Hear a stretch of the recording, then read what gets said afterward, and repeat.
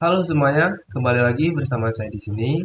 Di kesempatan kali ini, saya ingin membahas tentang seputar kuis yang saya jalani minggu lalu, di mana tugas video ini itu mempunyai goals saya jadi tahu apa sih yang dimaksud pada soal kuis kemarin. Terdapat beberapa kesalahan dalam kuis saya kemarin, ya mulai dari eh, penerapan apa namanya, penerapan untuk floating WA-nya, terus mungkin ada beberapa yang kurang dalam penilaiannya, itu mungkin bisa saya sampaikan di sini. Oke, langsung saja kita masuk ke pembahasan kita yang pertama, yaitu soal kuis satu. Kita masuk ke pembahasan yang pertama, yaitu ada soal kuis satu.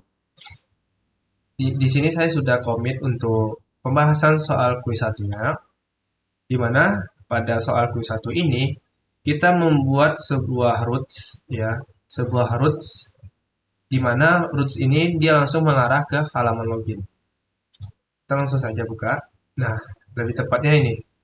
Jadi, roots slash ini dia langsung mengarah ke view untuk login.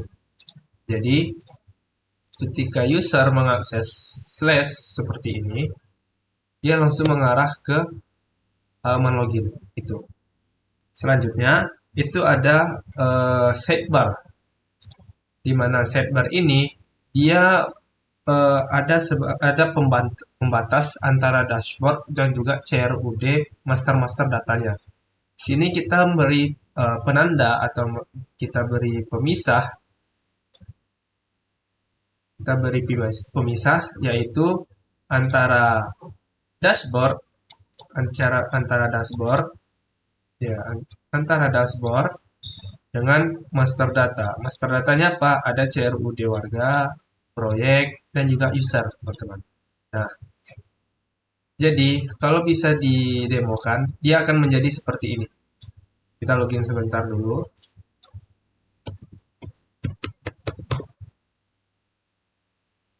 Nah, dia pemisahnya seperti ini, teman-teman. Ada dashboard, ada master data yang nggak bisa diklik, yang nggak bisa diarah kemana-mana. Terus ada CRUD warga, proyek, dan juga user. Selanjutnya, itu ada pada soal kuis satu ini, itu ada struktur dari view yang saya punya. Karena di sini ketentuannya tidak boleh menunjukkan VS Code atau codingan yang telah saya buat. Jadi saya perumpamaannya seperti ini.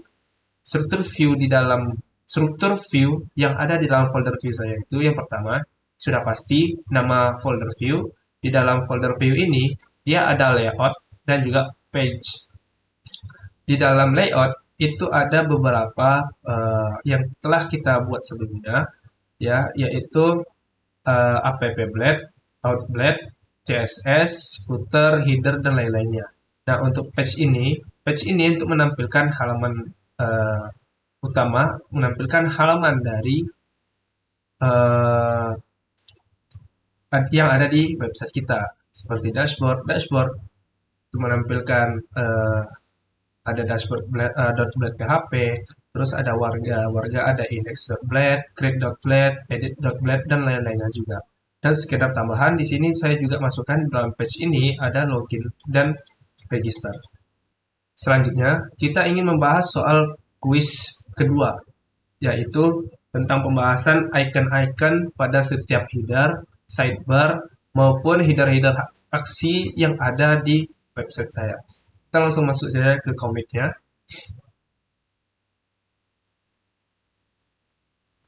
Nah, hal yang pertama saya akan bahas dulu adalah di bagian sidebar dan headernya.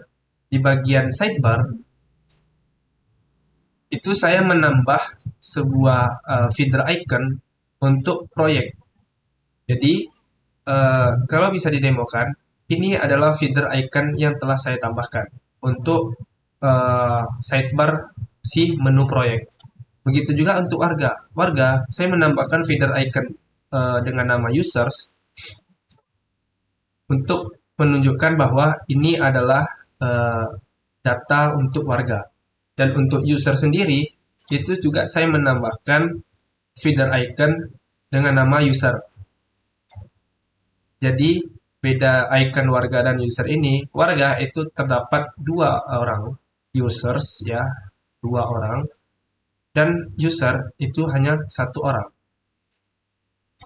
Selanjutnya, saya ingin menunjukkan icon-icon yang ada di header. Icon-icon yang ada di header itu di antara lain ada icon search. Di sini ada icon search, yaitu dengan mengambil sebuah aset image yang ada di aset admin saya. Selanjutnya ada icon notifikasi. Ada icon untuk notifikasi. Di sini juga menggunakan image dari aset yang saya miliki. Selanjutnya ada icon profil. Icon profil seperti ini. Jadi ada gambar gitu. Ini ada icon my profile, terus ada setting, ada logout. Nah, itu juga saya tandai di sini. Ini ada icon logout, terus ada icon dari settings ya. Terus ada image profilnya. Selanjutnya saya ingin menunjukkan tombol-tombol aksi yang ada di data saya.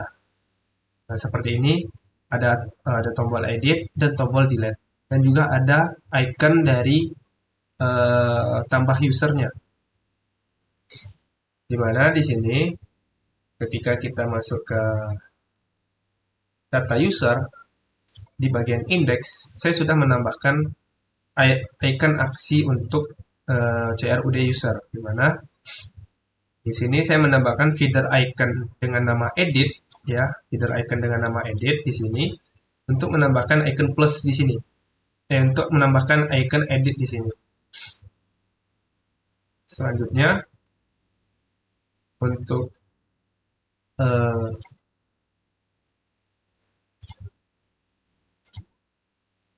icon plus yang ada di sini itu saya menambahkan aset image yang ada di bawaan dari template-nya, yaitu icon plus.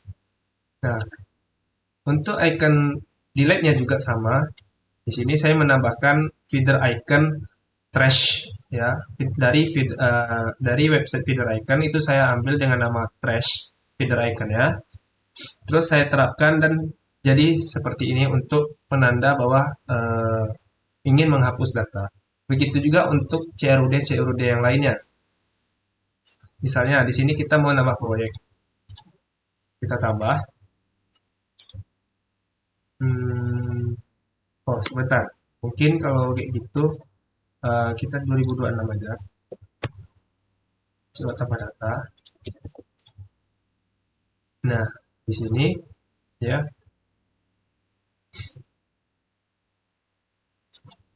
Udah ada sama juga ya, sama dengan user tadi.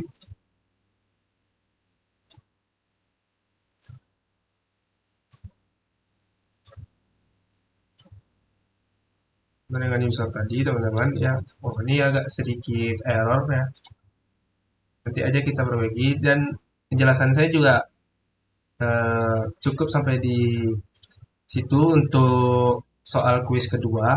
Hanya sekedar tambah-tambah icon mulai dari header, terus ada sidebar, dan juga tombol-tombol aksi yang ada di CRUD saya. Selanjutnya itu ada menambah identitas diri dari website yang saya buat. Karena website saya ini adalah bertemakan monitoring proyek, yaitu ingin membuat suatu proyek dan didasari dengan data-data yang ada, maka di sini di profil identitas atau identitas dari website saya itu saya menambahkan gambar seperti ini untuk menunjukkan website saya ini digunakan untuk monitoring proyek. Dan di sini saya menambahkan sedikit deskripsi dan juga ada logo bawaan dari template-nya. Begitu juga dengan register, teman-teman. Gambarnya sama, dan saya menambahkan sedikit deskripsi dan juga logo dari bawaan template. Nah, itu bisa dilihat dari codingan dari loginnya, login.blade.php. Di sini saya menambahkan sebuah div yang mengambil kelas login image. Nah, login image itu saya mendapatkannya di di style sini, di style ini dia akan me-harf ya, mencari link dari gambar gambar ini. Kurang lebih seperti itu. Jadi saya hanya menambahkan div dengan kelas login save image ya, img, dan langsung menampilkan gambar seperti ini. Oke, selanjutnya itu ada pembahasan soal ketiga untuk kuis yang kemarin. Itu seputar fitur floating WhatsApp untuk mengarah ke link tertentu. Nah, dari sini kita bisa menunjukkan bahwa fitur floating yang dimaksud ini adalah untuk menciptakan sebuah fitur WA seperti ini yang ada di sudut kanan bawah ini, teman-teman. Kemarin itu kesalahan saya adalah membuat sebuah fitur WhatsApp-nya ini itu berada di footer seperti ini. Ternyata setelah saya cari tahu lagi, eh, dia bukan seperti ini, tetapi floating. Jadi kalau dia digeser seperti ini, dia tetap fixed ya, posisinya itu tetap di sudut kanan bawah, tidak berpindah-pindah. Maka dari itu kita akan bahas langsung mulai dari penerapan bagaimana floating WhatsApp ini dibentuk. Yang pertama itu di bagian app.blade ya, tentu saya menambahkan sebuah div dengan nama kelas WhatsApp set logo di mana sebuah JavaScript bekerja one click akan membuka function open WhatsApp yang ada di JavaScript. Nah, kebetulan di sini JavaScript-nya tidak bisa dibuka. Saya juga tidak tahu kenapa. Yang jelas, ini adalah cara membentuk dari sebuah floating WhatsApp. Baiklah, kita masuk ke pembahasan kita yang terakhir, yaitu ada soal nomor 4 di kuis kemarin. Nah, soal nomor 4 ini terdapat kita hanya memastikan bahwa template yang kita gunakan, template yang kita terapkan itu baik dan benar. Mulai dari CRUD-nya, mulai dari sidebar-nya, header, dan maupun main section-nya itu sudah benar. Jadi untuk pembahasan dan penerapan, memastikan penerapan template-nya itu baik dan benar, ini sudah kita bisa lihat sudah baik dan juga sudah benar. Selanjutnya itu ada membahas untuk batch-batch data-data tertentu. Di mana sebagai contoh seperti ini. Di warga kan ada jenis kelamin. Kita tambah warga di mana jenis kelaminnya adalah laki-laki. Kita tambah data, maka batch yang keluar adalah laki-laki. Kalau kita batch yang keluar adalah warna biru, maaf, warna biru. Tapi kalau kita pilih perempuan, batch yang keluar adalah, aduh,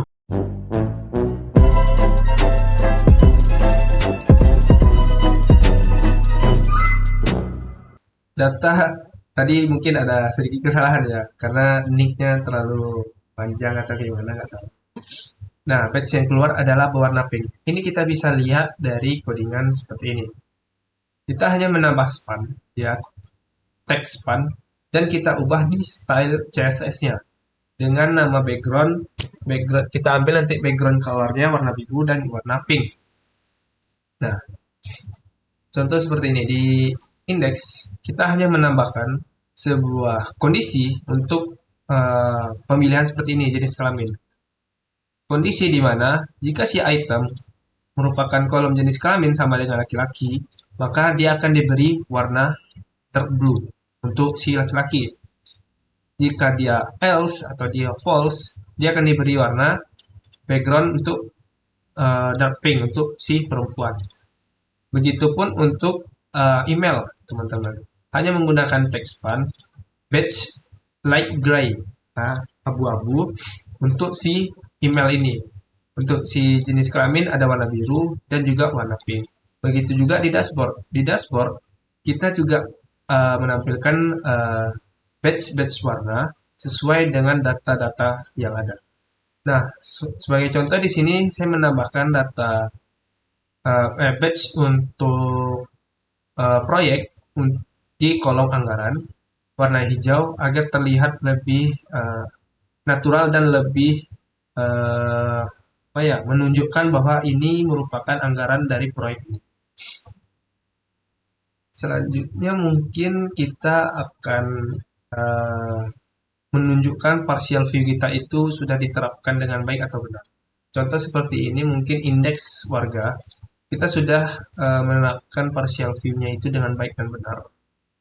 Nah, sudah mengextend layout.admin.app dengan nama section content dan isi dari main kontennya adalah seperti ini. Nah, jadi kurang lebih kita sudah menerapkan di beberapa bagian semuanya, mulai dari dashboard, warga, proyek, user, gitu. Bahkan untuk login dan juga registernya kita juga udah partial view. Selanjutnya saya juga dapat teguran dari eh, Pak Fikri ya mengenai eh, loading yang sangat lama. Jadi kalau kita berpindah-pindah tempat seperti ini teman-teman, di template-nya itu template bawaan, dia akan loading yang lumayan lama dan membutuhkan waktu yang lebih lama. Jadi itu saya hilangkan agar perpindahan ke halamannya itu jadi lebih cepat. Jadi saya menghilangkan di sini div dengan nama ID global loader dengan nama kelas adalah Wearly Loader. Nah, ini merupakan fitur atau template bawaan yang digunakan untuk loading screen seperti itu. Baiklah, mungkin segitu aja pembahasan kita kali ini. Kita juga udah mendapatkan apa yang bagian yang salah dari codingan saya dan bagaimana juga saya menerapkannya dengan baik dan benar. Mungkin dengan pembahasan kita kali ini, saya mungkin lebih belajar untuk kedepannya bagaimana cara menerapkan partial view yang benar, bagaimana menambahkan icon-icon untuk CRUD warga, menambahkan patch, maupun menentukan struktur-struktur view yang bagus dan baik. Ya. Oke, saya sebagai pemateri undur diri terlebih dahulu.